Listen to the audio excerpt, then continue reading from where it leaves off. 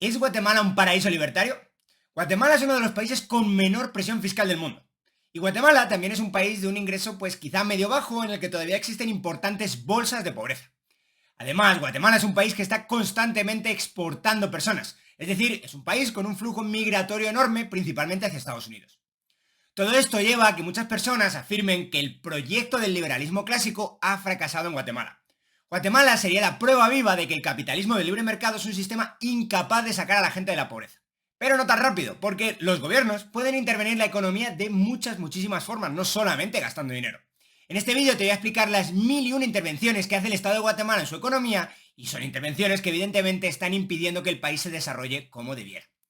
Vamos a definir en un primer momento qué se entiende por libertad económica y cómo el gobierno guatemalteco restringe de forma muy grave esa libertad económica en muchísimos ámbitos. Veremos temas como la legislación laboral, la informalidad, los niveles de empresarialidad en Guatemala que son altísimos, también la posibilidad de que los empresarios exploten o no a los trabajadores y, como no, el omnipresente problema de la seguridad jurídica.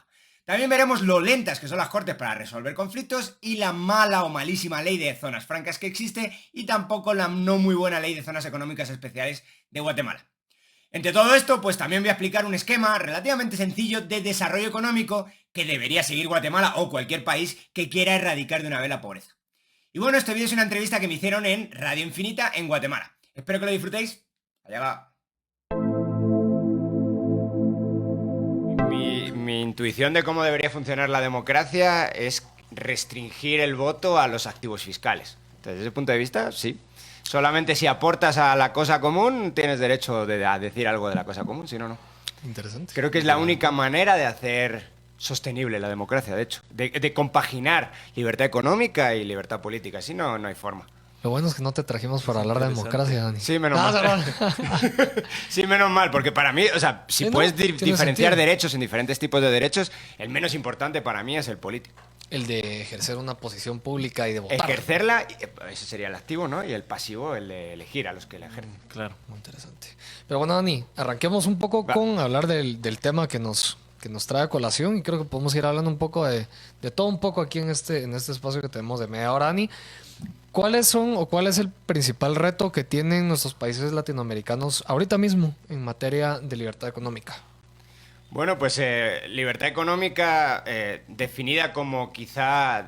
primero definamos los términos, ¿no? Y luego vemos cuáles podrían ser los retos. Una forma, un intento de forma de definir la libertad económica es capacidad de ejercer pues cualquier tipo de profesión o cualquier tipo de actividad económica sin ningún tipo de restricción, más allá de las restricciones generales que impone el derecho. Es decir, pues yo qué sé, si yo te tiro, tú tienes aquí esta casa tan bonita en zona 15, yo tiro basura a esta casa tan bonita en zona 15, porque creo que puedo hacerlo, pues evidentemente choca mi derecho a la libre empresa, mi derecho a ejercer libremente la actividad económica que yo quiera, estaría chocando con tu derecho a no ser pues violentado en tu propiedad de ninguna manera, tu propiedad en tu vida, lo que fuere. Entonces, restringidas algunos principios generales del derecho, que son básicamente de convivencia. Restringido eso, ¿qué otra restricción podríamos poner? Y la pregunta es, ¿qué otra, desde un punto de vista de la libertad económica, evidentemente, qué restricciones podemos quitar?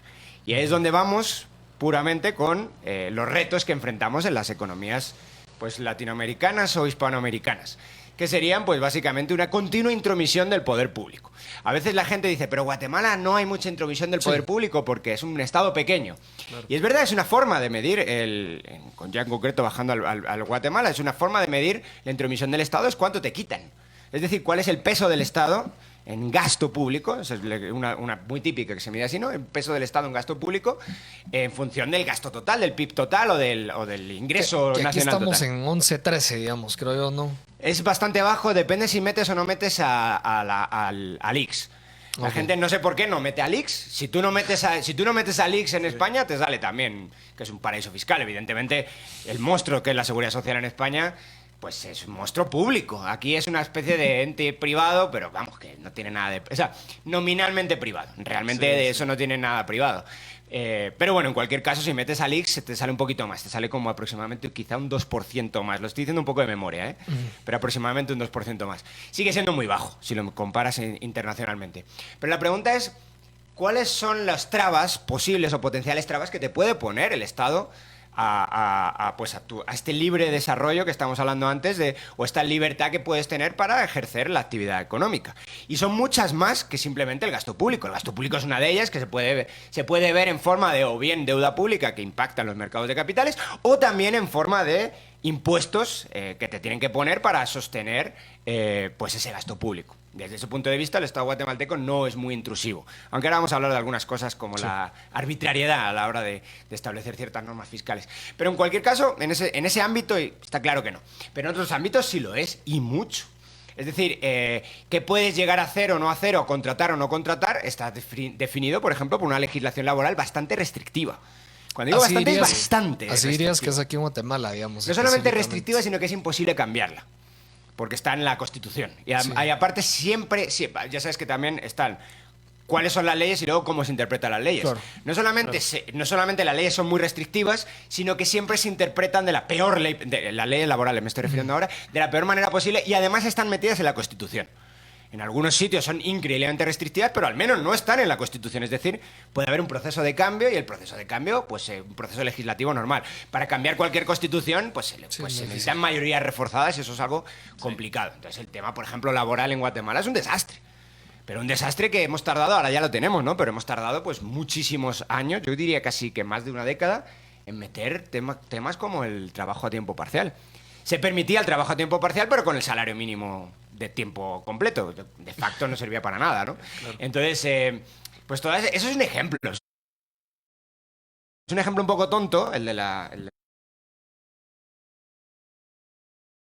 la legislación laboral, pero como esos tienes un millón.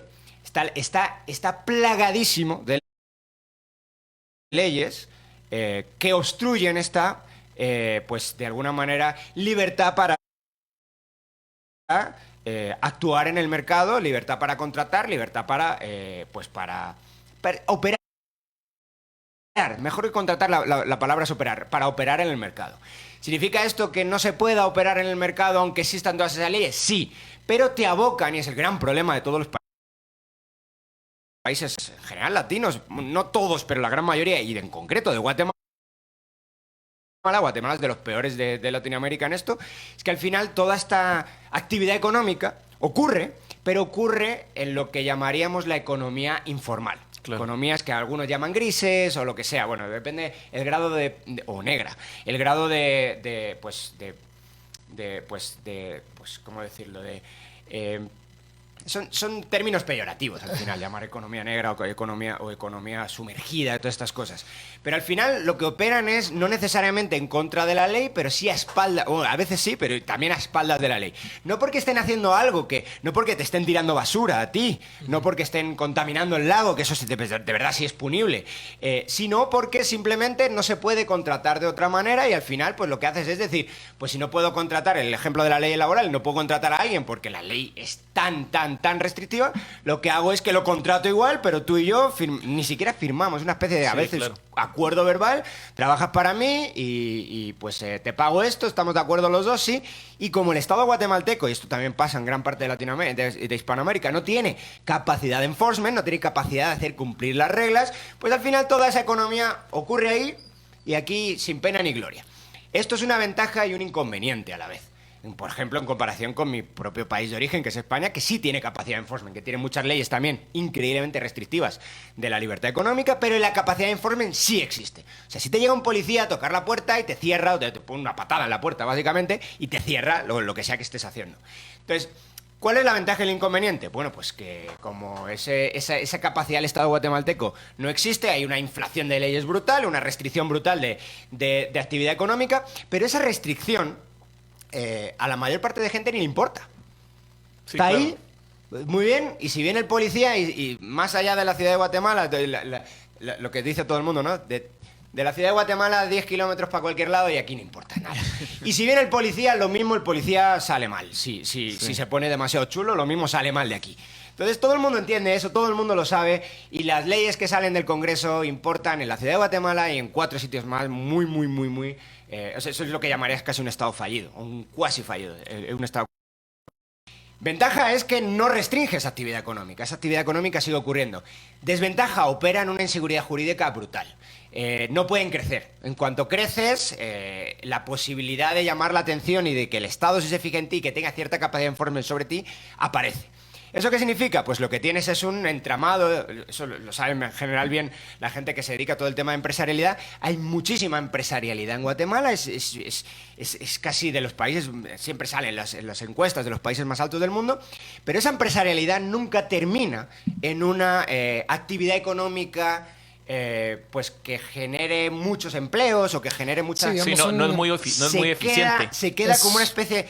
A la gente woke le gusta ya hablar del techo de cristal. Mira, sería un buen... El techo de cristal es una estupidez, pero el que ellos dicen, pero esto sería una especie de techo de cristal. No puedo crecer porque la poca o mucha seguridad jurídica que me da el Estado de Guatemala no existe.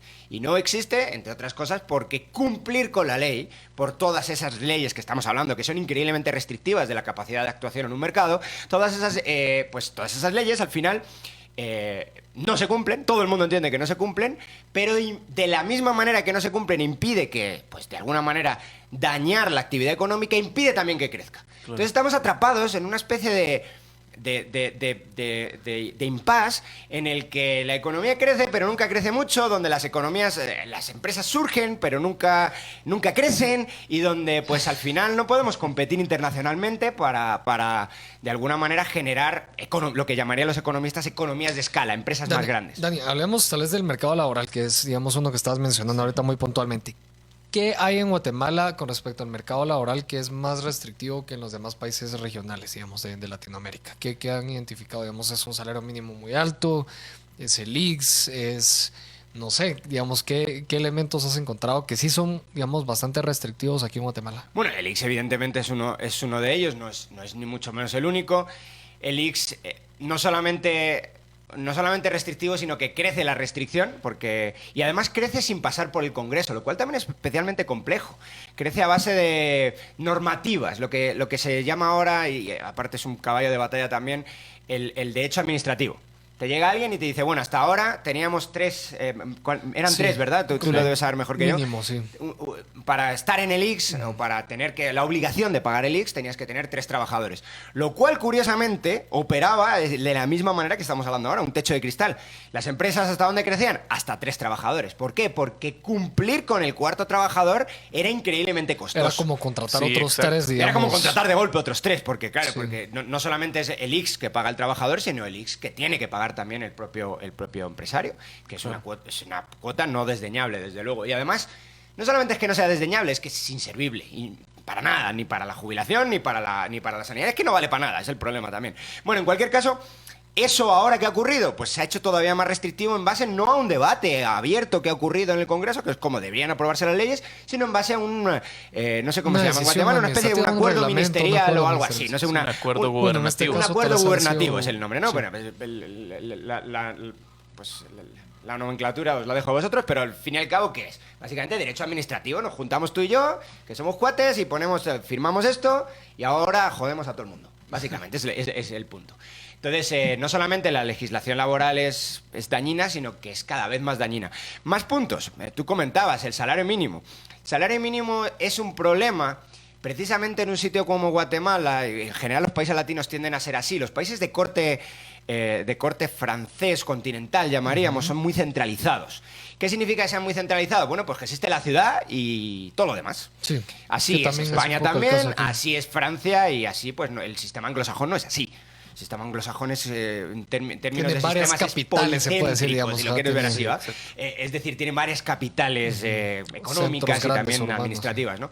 En los países latinos no somos así.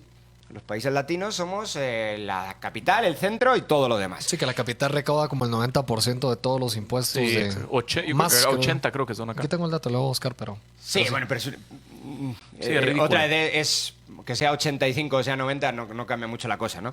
La mayor parte de actividad económica formal está en la ciudad. Y la pregunta es, ¿por qué ocurre esto? Bueno, pues ocurre por varias cosas, pero o sea, la idea general es que las leyes que aplican a la ciudad, o las leyes que salen de la ciudad, son más fácilmente aplicables a la ciudad porque están más hechas o de alguna manera pensadas para las condiciones de la propia ciudad. Es un poco la idea general. Si quieres luego bajamos a detalles con esto, pero la idea general es esa. La ley laboral es una de ellas.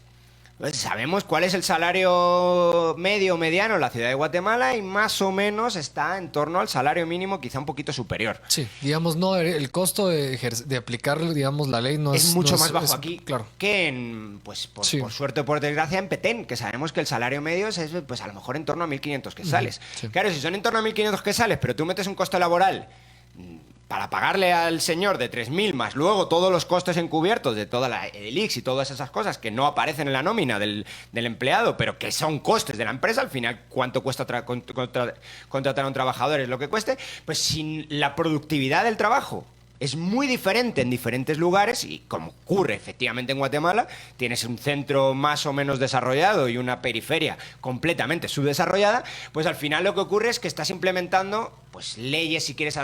Esto Sí, es que una no se barbaridad que voy a cumplen, decir, ¿no? Pero digamos. leyes de país rico Claro. en país pobre. Es como si yo me traigo el salario mínimo de Alemania aquí. Y digo, mira el salario mínimo de Alemania y así. O sea, no está, desde luego, aplicando a las condiciones del lugar. De la misma manera, la legislación que sale de Guatemala no está aplicada a las condiciones que sale al interior de Guatemala. Por lo tanto, ocurre otra vez, mira, me voy a quedar con el término de techo de cristal. Ocurre otra vez un techo de cristal, donde no se les deja crecer precisamente a los lugares que ya son más pobres. Por lo tanto, la única salida que tiene esa pobre gente, y es una explicación, no es la única, pero es una gran explicación de la inmigración, es o venir a la ciudad, que es lo que hacen, o irse a Estados Unidos. Cualquiera de las dos cosas. Y cualquiera de las dos cosas son evidentemente inmigrantes de diferente tipo, pero son inmigrantes, están expulsando gente. ¿Por qué expulsan gente? Porque no se puede desarrollar la comunidad local con las leyes de la ciudad de Guatemala, igual que Guatemala no se podría desarrollar con las restrictivas leyes que tiene hoy en día Alemania. Igual que Alemania no se hubiera desarrollado a finales del siglo XIX, principios del XIX, si hubiera tenido las leyes que tiene ahora. No lo hubiera conseguido. No, y nunca. es que, y digamos, el efecto del código de trabajo con lo restrictivo que es totalmente contradictorio, porque pretende supuestamente cuidar los derechos del trabajador, y lo que termina sucediendo es que es más barato que yo contrate a alguien por abajo de la mesa, y obviamente no goza de todos los derechos laborales que supuestamente debería tener, como el IX, como la indemnización. O sea, eso se va por la borda porque no es económicamente viable para ninguna Pero empresa. peor que eso, no goza de ninguna protección de ningún tipo. Sí, se hace daño el señor ahí y tú no trabajas aquí. Sí, O sea, es difícil. Como digo, no, por suerte o por desgracia, la protección jurídica del Estado de Guatemala no es muy alta, pero algo ofrece. Dani, vamos a hablar de algunos de los temas que mencionas. A ver, me voy a poner del otro lado de la cara de la moneda. Hay quienes dicen, a ver, primero, si una empresa no puede pagar el salario mínimo, no debería existir, digamos. No debería poder funcionar. Porque hay que hacer las cosas bien y si tu empresa da para existir, tiene que dar para pagar un salario mínimo. Por lo menos, ¿verdad? Digamos, ese es uno de los argumentos. El segundo es, tal vez el problema entonces es de aplicación de la ley. Tal vez hay muchas empresas que sí lo pueden pagar, pero no lo hacen porque saben que salen 10 kilómetros a la redonda aquí de la capital y no existe el Estado. Entonces, digamos, y tercero, tal vez otro argumento, digamos, a favor, digamos, del otro lado es que se necesita esa protección social, digamos, o que digamos que se necesita pagar eso para mantener cierto nivel de vida, digamos, un mínimo que es por lo cual, digamos, está vinculado a una canasta básica alimentaria, por ejemplo. ¿Qué piensas de esos tres argumentos? Pues son tres Bueno, tonterías. Pero sí, vamos a argumentarlas. Es más fácil empezar por la última, y es, Ok. a nadie le pagan por consumir. A la gente le pagan por producir. Qué rico que te paguen por consumir. O sea, yo estaría a gusto de decir, bueno, mis necesidades son X. Y quiero que me paguen X. Sí. Ya, bueno, pero qué rico, ¿no? Pero es que por desgracia, por suerte o por desgracia, el mundo no funciona así. A ti te pagan por producir, a mí me pagan por producir y a todo el mundo le pagan por producir. Y ahora la pregunta es, ¿cuánto produces? Esa es la pregunta clave.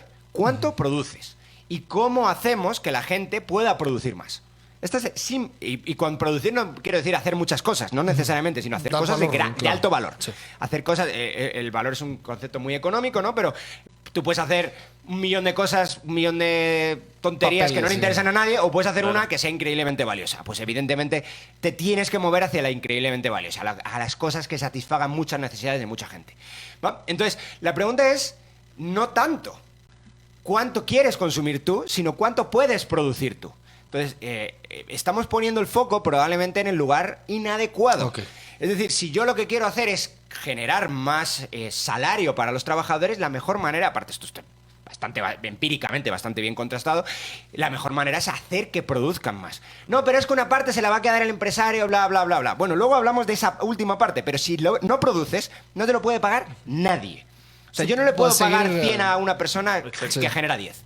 Entonces, ese es el punto básico. Luego ya hablamos, que también es otra tontería, otro de los que has dicho, ¿no? Pero luego ya hablamos de si se quedan con más porción los empresarios porque explotan a los trabajadores, porque no hay protección social, porque les tienen que haber un salario. No. Vamos a ver cómo produce esa gente más. Y eso, lo siento, pero no se incrementa con leyes. No hay una ley que yo diga mágicamente, ¿sabes qué? Mañana Guatemala es Alemania. O poner el ejemplo otra vez de Alemania. Y, pues automáticamente ya somos todos alemanes y ya podemos cobrar todos el salario mínimo alemán. Eso es una tontería. Eso es como decir que puedes salir y tirarte de un 10º piso y vas a volar porque lo quieres, yo qué sé. No se puede. Hay que hacer cosas para poder volar. Hay que construir un avión. Bueno, pues igual que se construye un avión para poder volar, nosotros tenemos que construir una economía muy productiva para poder pagarle a la gente mucho dinero. Ya está. Es así de sencillo. Y ahora, los economistas, ¿cómo hablan de tener una economía muy productiva? Es una economía muy capital intensiva. Es una economía con mucha inversión. Es una economía que llamarías muy dinámica en el sentido de simplemente pues aparecen las oportunidades y hay mucha gente con mucho dinero en la mesa que dice... Esta es la vía esta es la vía. Metámosle dinero a eso. Cuando tú metes dinero, lo que se llama capital, lo que haces es incrementar la productividad del trabajo. No es lo mismo. Lo que llamamos capital es simplemente una persona trabajando con sus manos, que va a tener su propio capital físico, si lo quieres llamar así. Una persona trabajando con una herramienta con un machete, macheteando el campo. Pues él tiene algo de capital, el machete es capital, pero es un capital muy básico, muy primitivo, muy básico, si lo quieres ver así. O una persona con un tractor. Claro. Yo quiero muchas personas con muchos tractores. ¿Por qué? Porque el tractor produce la cantidad de trabajo que producen 300 macheteros. Esa es la idea. Entonces, ¿qué es lo que necesitas? Una cantidad de capital en la economía enorme. Igual que el ejemplo de la agricultura, pero no puede ser solamente la agricultura. Puede ser para cualquier sector económico que te dé a ti la gana. A ver, puede ser para la agroindustria también. Perdón. Puede ser para para producir más maquila, lo que sea. No es lo mismo una persona tejiendo que una persona ayudada por máquinas, ¿vale? Entonces la idea es esa. Y luego ya vamos con el siguiente punto, que es, bueno, pero las capitalistas, ¿para qué hacen la inversión? Hacen la inversión para ganar dinero, ¿no? No son... Y no es para poderle pagar más a los trabajadores. Ya, pero aquí es donde está la clave. Cuando tú inviertes mucho en bienes de capital, necesitas lo que llamas un factor productivo complementario. ¿Qué es un factor productivo complementario? Pues igual que aquí estamos en una radio y tenemos un micrófono, pues necesitas unas personas que le hablen al micrófono. Somos complementarios con el micrófono. Sin el micrófono esto no funciona, no nos escucha nadie. Y sin nosotros pues, tampoco funciona el micrófono solo, ¿no? Eso es lo que se llaman complementariedades de los factores productivos. Hay complementariedades por todos lados, pero la idea es que cuando tienes una economía muy dinámica, con mucha inversión, necesitas quitarle trabajadores a la competencia. Es decir, cuando tienes muchos empresarios, curiosamente todo el mundo mira mal al empresario, bien al emprendedor, pero mal al empresario, no sé por qué, las narrativas modernas, pero en cualquier caso, cuando tienes muchos empresarios, mucha gente invirtiendo, la única manera que tienes en un mercado al menos, el Estado no hace esto, pero en un mercado así, de atraer trabajadores complementarios a esos factores productivos, a ese capital, a esa inversión que estás haciendo, es quitándoselos a otros tipos. ¿Y cómo se los quitas? Ofreciéndoles más. Les tienes que convencer que vengan contigo. Sí. O le das más vacaciones, o les das... yo qué sé, o les das más dinero, al final casi todos, muchas veces es más dinero, o les das conciliación laboral, o trabaja desde casa, ¿tú qué quieres? La pregunta es ¿tú qué quieres? ¿Y qué te voy a ofrecer y qué te puedo ofrecer? Si generamos mucho valor, te puedo ofrecer más cosas. Si no generamos valor, no te puedo ofrecer nada. Dani, vamos a ir a un pequeño corte comercial. Estamos aquí con Daniel Fernández y Richie González en nuestro segmento de Voces, Fe y Libertad, hablando un poco sobre los retos en materia de libertad económica, que son muchos, ¿no? Nos hemos enfocado mucho en el tema del mercado laboral, que es uno interesante, pero tal vez podemos explorar al momento de regresar acerca de otros también retos que tenemos. Pero bueno, vamos a ir a un pequeño corte comercial aquí en Los Disidentes y volvemos. Estamos de regreso aquí en Los Disidentes por Radio Infinita. Nos acompaña Daniel Fernández hablando acerca un poco de los retos que tenemos en materia de libertad económica en nuestro país. Yo quería que miráramos un poco la discusión, digamos, más allá del ámbito laboral, hablar de competitividad, Daniel, y siempre me gusta mencionarlo, que vivimos en un mundo en donde las inversiones que no vienen a Guatemala se van a El Salvador, se van a Honduras, se van a México. Entonces, si tú tuvieras que encontrar 3 cosas que harían que Guatemala mejorara su competitividad muy puntualmente y que pudiéramos atraer esa inversión, generar más inversión incluso nacional, ser más competitivos que Guatemala, si seguimos a este ritmo no vamos a salir de su desarrollo en 50 años. Esa es la realidad, digamos, nos guste o no, esa es la realidad. ¿Qué tiene que ocurrir en el corto plazo para equipararnos a nivel regional o a nivel mundial, reconociendo pues que es un mundo globalizado, ¿no? Bueno, lo que tiene en boca todo el mundo, y tienen razón, aunque creo que no se termina de entender qué se quiere decir, es el concepto de seguridad jurídica. Sí, Ahora, todo el mundo todo el mundo te dice que necesitamos certeza seguridad jurídica. Sí. ¿Y qué es la seguridad jurídica? Y oye, es un grillo pasar, ¿no? Entonces, ¿qué es la seguridad jurídica? Básicamente es estabilidad en normas. A veces es mejor tener una peor norma estable que la mejor norma posible, pero que puede cambiar cada 2 segundos. Y aquí volvemos a uno de los puntos que hemos visto antes, que es el punto de cómo se interpreta la norma. No solamente qué dice la norma, sino cómo se interpreta. Tú tienes una norma que dice X, pero se interpreta de la forma que sea, pues la jurisprudencia tira por allí y al final la norma, pues sabe Dios qué va a pasar con ella. Entonces, ese sería el primer gran punto, estabilidad en normas. Un ejemplo, digamos, que creas que en Guatemala afecta mucho ese tema, digamos, de certeza jurídica. Cortes, ahora que están de moda todo lo de las cortes, ¿no? Las cortes estas tan activas. Es decir, que una corte de constitucionalidad, que aquí lo hace todo, te pueda cerrar una mina. Ok, digamos. ¿Vale? Es un ejemplo muy concreto, sí, ¿no? Es un ejemplo muy idiosincrásico, si se quiere, sí. Pero claro, es que ha habido problemas gravísimos con ese tema. Entonces, ahora, claro, la corte está... cooptada es un término, ¿no? Pero bueno, al final está por otros ocupada, tipos, sí. Ocupada o haciendo por otros tipos que sabes que eso no lo van a hacer. Pero otra vez, no es lo importante. Lo importante aquí no es eso. Lo importante es que no tenga capacidad de hacerlo. El problema no es quién esté al mando del barco, sino que no haya esa arbitrariedad en la aplicación de la norma. Claro. Entonces, claro, si tú tienes arbitrariedad en la aplicación de la norma y ahora están los buenos, entre comillas, ¡qué bien! Pero ¿y qué pasa si de repente entran los malos? Como decía Friedman, una norma... otros temas también, man, que nos ha estado pasando mucho en otros temas también, ¿verdad? Claro, al final... Se ejerce el poder público para... Pero, digamos, y ahí ¿qué se puede hacer para volarse, digamos, o quitar esa arbitrariedad? Porque digamos, hay muchos que dicen lo que tenemos que hacer entonces es legislar de forma más concreta y específica para que no exista cabida alguna para que se pueda interpretar. Entonces, prácticamente el sistema de justicia y los jueces ya se vuelven simplemente personas que siguen una regla y que leen unas reglas. ¿Crees que esa sería una buena decisión o cómo se puede entonces luchar contra la arbitrariedad? No, fíjate que no lo sé, y te voy a poner un ejemplo de qué me pasa a mí cuando leo una ley en España y qué pasa cuando leo una ley en Guatemala. La ley de Guatemala la entiendo, lo cual es una ventaja, sinceramente, la entiendo. Son bastante claras, digamos. Sí, la ley de España yo no la entiendo. O sea, tengo que estar... O sea, está todo el contenido de la ley importante está escondido en 900 páginas de paja. Entonces, claro... O sea, leerte una ley en Guate es una ventaja, decir, bueno, pero claro, luego está la gente que aquí se me sale mucho de mi ámbito académico, que es qué pasa con cualquier conflicto. En cualquier ley de un país, quizá con una cultura legal un poquito más desarrollada, lo que tienes es que no hay esa posibilidad o las posibilidades de interpretación las ha pensado el legislador antes mucho. Por lo tanto, se te genera un cuerpo de ley enorme. Entonces, no sé qué es mejor, sinceramente, porque yo prefiero entender la ley, claro, que no entenderla. Al menos como analista, evidentemente. Pero luego tienes el problema de que llegas a litigar y si no tienes cerrada o muy cerrado todas las posibles vías, pues hay mucho ámbito para la interpretación. El ámbito para la interpretación es un ámbito para la arbitrariedad que estábamos hablando antes. Entonces ahí hay que tener cuidado y sinceramente no tengo una respuesta.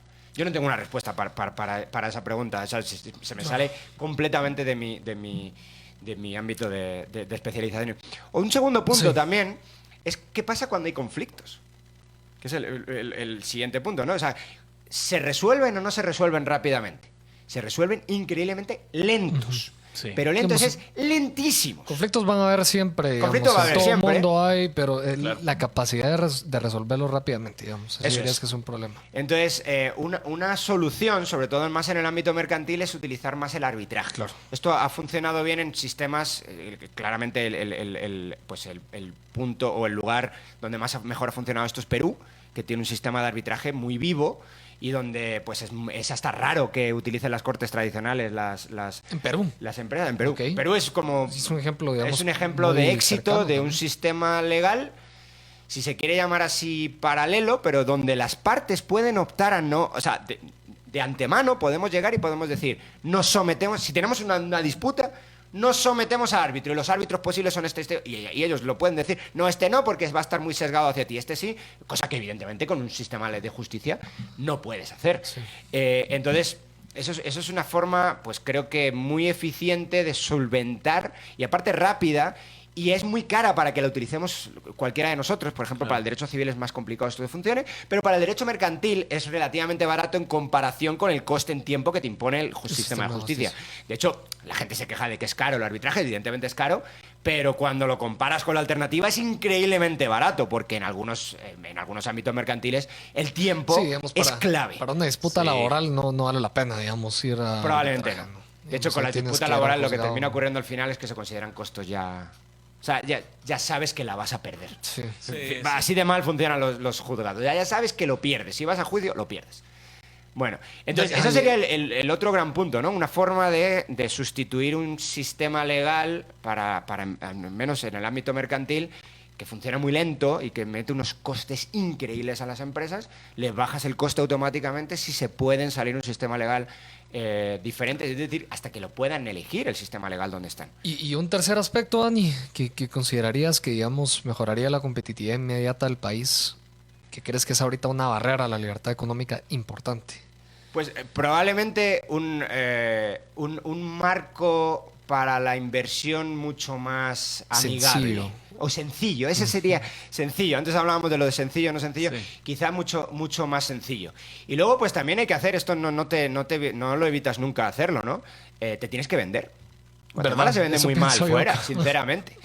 Hablamos mucho, por ejemplo, se habla mucho para el Salvador, turismo, ¿no? Por ejemplo, Salvador se está Salvador se está vendiendo vendiendo muy bien. Probablemente y de Guatemala manera... podrá ser más bonito, mejor, Sí, pero o- el que se vende sí. es el que... Sí, Costa es cierto. Rica, o por ejemplo, Costa Rica no sé, te pongo ejemplos.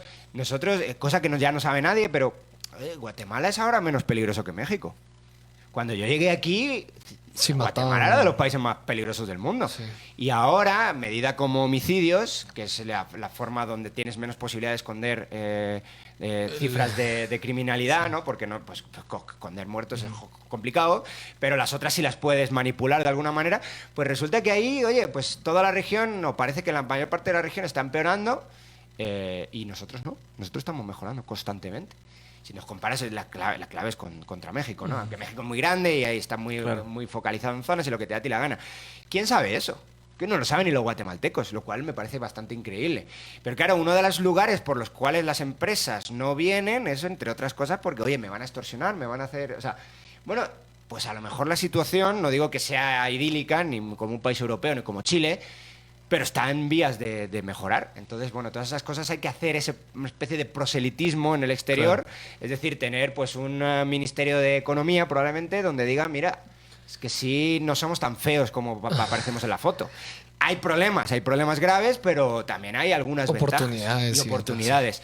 También probablemente una buena ley que puede copiar a la de Honduras, que ahora la están destruyendo, de zonas francas. Sí.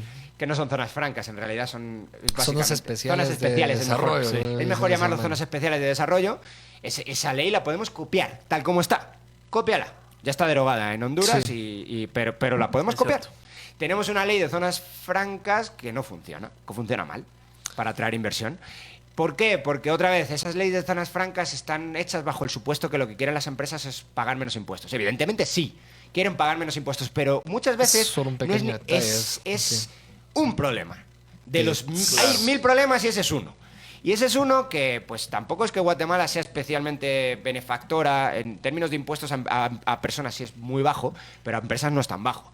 Pero probablemente no es la principal causa por la que no vendrían empresas a Que Guatemala. Guatemala, digamos, fiscalmente no es tan grave, aunque que ese tema lo Para dejamos empresas, pendiente. Para ah, empresas sí es un poco sí. más duro que para nosotros realmente como individuos no pagas Sí. muchísimos. Evidentemente duele pagarlos porque no ves los resultados, Sí. pero para, digamos, el término empresarial es un poco más complejo. Habla con cualquier parte del mundo, para personas, ¿eh? No, Sí. no quiero dar ideas Sí. ahora que están, No, porque luego no. te van a decir, pues lo subimos. No. Pero Pero sinceramente, cuando hablas con... Bueno, yo comparo con lo que yo Con pagaría en España, España sí, y madre mía. pagas una Y sexta un parte. amigo mío se está yendo a vivir a Bélgica y si España parece un paraíso fiscal al lado de Bélgica. O sea, es una cosa... Y España es un infierno fiscal. Y la otra, evidentemente, también es arbitrariedad de la SAT. Es que la SAT hace mucho daño. Mucho daño. Dani, ya llegamos al final de la entrevista, se nos pasó muy rápido el tiempo. Te agradecemos que nos hayas acompañado en esta ocasión. Varios temas que quedaron pendientes que te les podemos ir retomando uno por Cuando uno. me invites, que no me invitas ya. Muy ocupado. te, lo Dani. te lo digo en abierto porque Muy si no, ocupado. si no, no me No, invitas. gracias también al Instituto Fe y Libertad por traernos a Dani Fernández aquí en esta ocasión. Y bueno, hasta aquí llega el vídeo de hoy. Si te ha gustado, déjame like. Y si quieres ver más contenido similar a este, pues suscríbete al canal y dale a la campanita. Y también si quieres colaborar conmigo, te dejo en el primer comentario mi cuenta de Patreon. Nos vemos en el siguiente vídeo.